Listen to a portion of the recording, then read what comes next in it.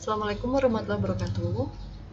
Pertemuan hari ini itu memang judulnya bab 5, tapi sebetulnya ini adalah pertemuan ke-10, yaitu lanjutan dari materi minggu lalu. Kalau materi minggu lalu kan pasar dan institusi keuangan, tapi lebih ke jenis-jenis sekuritas mungkin ya yang dibahas. Nah, kalau misalnya minggu ini lebih ke pasarnya, kemudian mekanisme jual beli sekuritas atau surat berharga di pasar bursa efek itu seperti apa.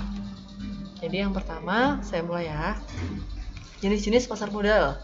Ada yang namanya pasar perdana atau primary market. Pasar perdana. Jadi kan ada pasar di mana sebuah efek itu kan adalah surat berharga atau sekuritas. Bisa saham, bisa obligasi, bisa produk derivatif lainnya, mungkin future, option, bisa reksadana. Nah, pasar perdana itu adalah pasar di mana efek itu atau sekuritas itu diperdagangkan untuk pertama kalinya sebelum dicatat di bursa efek. Seperti misalnya kalau kalian ada yang ngikutin berita Korea ya. Jadi kemarin beberapa saat yang lalu itu kan Big Hit Entertainment itu kan melakukan IPO atau Initial Public Offering atau menjual saham di pasar perdana. Pertama kali rilis saham Big Hit Entertainment seperti itu. Nah, di sini saham dan efek lainnya ditawarkan kepada investor oleh pihak penjamin emisi atau underwriter melalui perantara pedagang efek seperti broker atau dealer.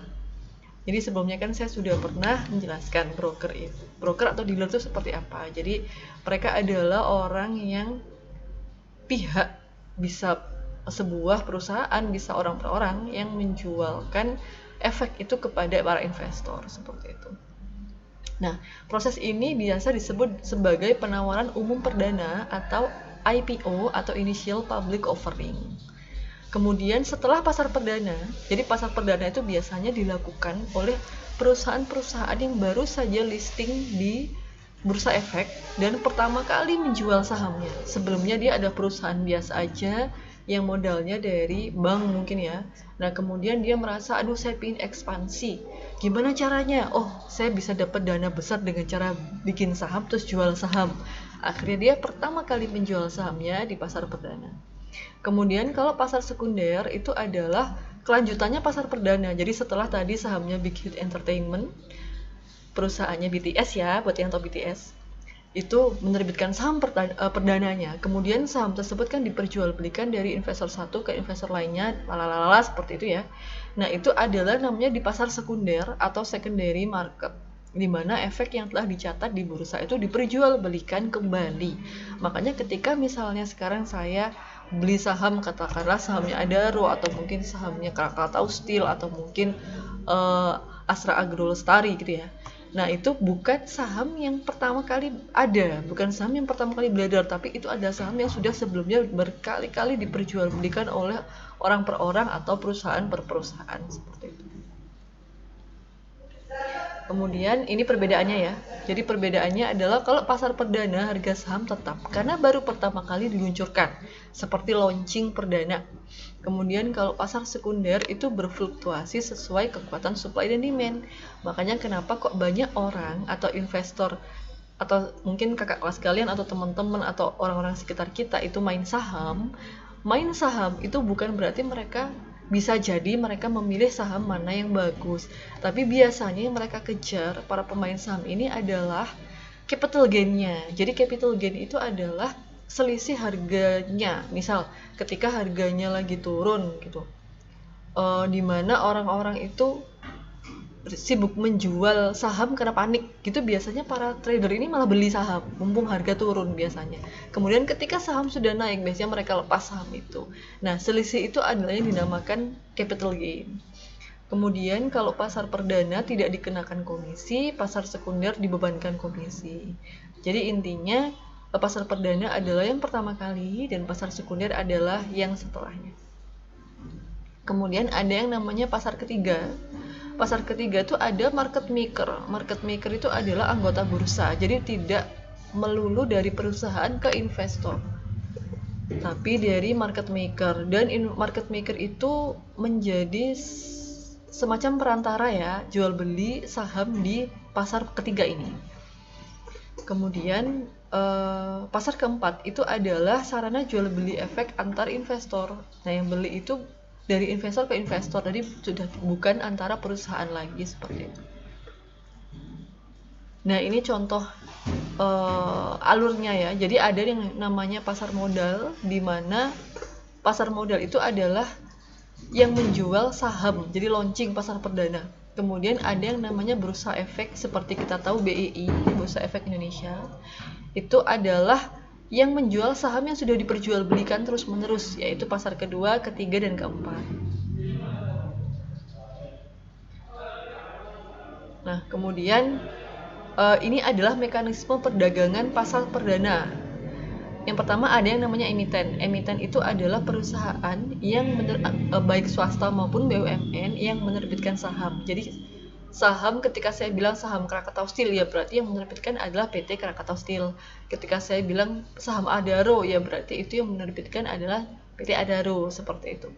Kemudian ada yang namanya underwriter yang melakukan proses underwriting atau penjamin emisi. Jadi underwriter itu adalah orang-orang yang melakukan underwriting. Underwriting itu adalah proses identifikasi dan seleksi resiko. Jadi sebelum dijual, ini dianalisis dulu resikonya seperti apa. Kalau misalnya layak, dinyatakan layak gitu ya, kelayakan resiko lolos, itu berarti bisa dilepas seperti itu. Nah, itu dilepas ke agen penjual yang kemudian akan dibeli oleh investor. Nah, ini sama yang seperti saya jelaskan tadi ya.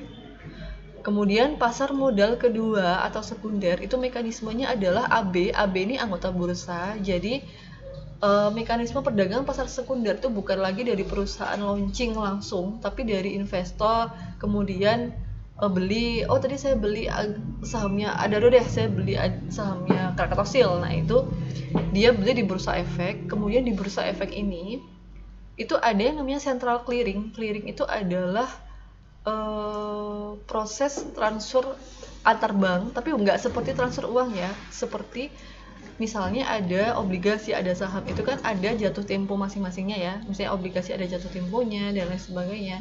Surat utang, surat berharga yang lainnya itu ada jatuh tempo. Nah, si central clearing ini yang gunanya untuk memastikan itu tadi. Jadi adanya transaksi transfer tadi itu jangka waktunya berapa lama sih, seperti itu. Kemudian ada central custodian. Custodian itu adalah mungkin bank kustodian ya di sini yang biasa kita tahu. Jadi custodian itu adalah custody, menyimpan. Jadi dia adalah yang perusahaan yang fungsinya untuk menyimpan dana yang hasil investasi tadi, seperti itu. Kemudian pasar modal ketiga ini adalah yang tadi ada market maker. Jadi nggak cuman investor beli, investor jual, tapi ada market makernya. Market maker itulah yang melakukan penawaran saham-saham seperti itu. Dan biasanya satu market maker itu banyak saham yang dia jual, nggak cuma satu. Kemudian ada pasar modal keempat. Ini melalui electronic network ya. Jadi ECN. Jadi investornya membeli melalui ECN, bukan berarti beli di ECN tuh nggak melalui ECN, tapi dari investor ke investor. Dan setiap transaksi tersebut selalu ada clearing dan ada kustodiannya. Karena kalau clearing itu fungsinya untuk itu tadi, memastikan mengenai adanya transfer dana yang benar-benar sesuai dengan tanggal jatuh tempo masing-masing. Dan kalau central custodian fungsinya adalah untuk menyimpankan, mengelola administrasinya. Jadi dari sisi administrasinya seperti itu. Bagaimana dengan Bursa Efek Indonesia? Jadi kita IDX, kita ada yang namanya BEI atau Bursa Efek Indonesia, atau IDX atau Indonesia Stock Exchange. Dulu ketika zaman saya masih kuliah, namanya itu masih BEJ, Bursa Efek Jakarta, dan ada BES yaitu Bursa Efek Surabaya. Nah, sekarang sudah digabung jadi satu, yaitu BEI. Seperti itu. Kemudian BEI itu menggunakan JATS atau Jakarta Automated Trading System sejak tahun 1995. BEI ini letaknya ada di Jakarta ya. Jadi bagaimana proses mekanisme perdagangan sekuritas di bursa? Jadi intinya gini, di sini kalian lihat di sini ya ada dua trader A dan trader B. Kemudian lantai bursa, katakanlah dia di bursanya sana. Kemudian ada order entry. Nah, order entry itu masuknya itu ke judge-nya Jakarta Automatic Trading System tadi. Kemudian ada nasabah yang membeli, misalnya di sini dari sisi A ada nasabah yang beli, dari sisi B ada nasabah yang jual, kemudian melalui anggota bursa. Karena kan di bursa itu ada banyak pemainnya ya, ada anggota bursa. Kemudian proses perdagangan dan proses penyelesaiannya itu tidak langsung transfer dana langsung diterima oleh yang jual, tapi harus melalui KPI dan KSEI dulu untuk sistem penjaminan dan penyelesaian transaksi. Jadi KPI KSEI ini yaitu sistem penjaminan dan penyelesaian transaksi, dia transfer dana ke nasabah jual dan dia memberikan sertifikat ini loh, bukti itu sudah terjamin kok ini. Jadi keamanannya dan transaksinya sudah selesai dalam bentuk sertifikat ke nasabah yang beli. Kemudian kalau bagaimana proses pelaksanaan perdagangan secara remote itu maksudnya kalau misalnya nggak terjun langsung di pasar bursa. Nah di sini ada katakanlah pemodal yang pesen nih, bagaimana caranya? Nah otomatis dia pesennya ke salesnya, dia nggak langsung terjun ke lantai bursa langsung ke anggota bursa aku beli, itu enggak, tapi dia ke manajer investasinya, ke salesnya, atau ketika ada sales yang menghubungi kita seperti itu ya. Nah yang menyelesaikan proses mulai dari order masuk tadi, kemudian konfirmasi ke trader dan lain sebagainya itu adalah si sales ini tadi, bukan ke nasabah. Jadi nasabah itu hanya tahu selesainya saja, hanya tahu ketika sudah settlement selesai, oke. Sampai sini terima kasih, semoga dapat dipahami. Jadi intinya seperti itu ya. Kalau saya jelaskan lebih panjang saya takutnya nanti lebih bingung karena kita tidak bertemu secara tatap muka atau langsung. Silakan kalau nanti ada yang bingung silakan kalian cari-cari atau kalian tanyakan langsung ke saya, nanti bisa kita diskusi lewat WA group. Terima kasih. Assalamualaikum warahmatullahi wabarakatuh.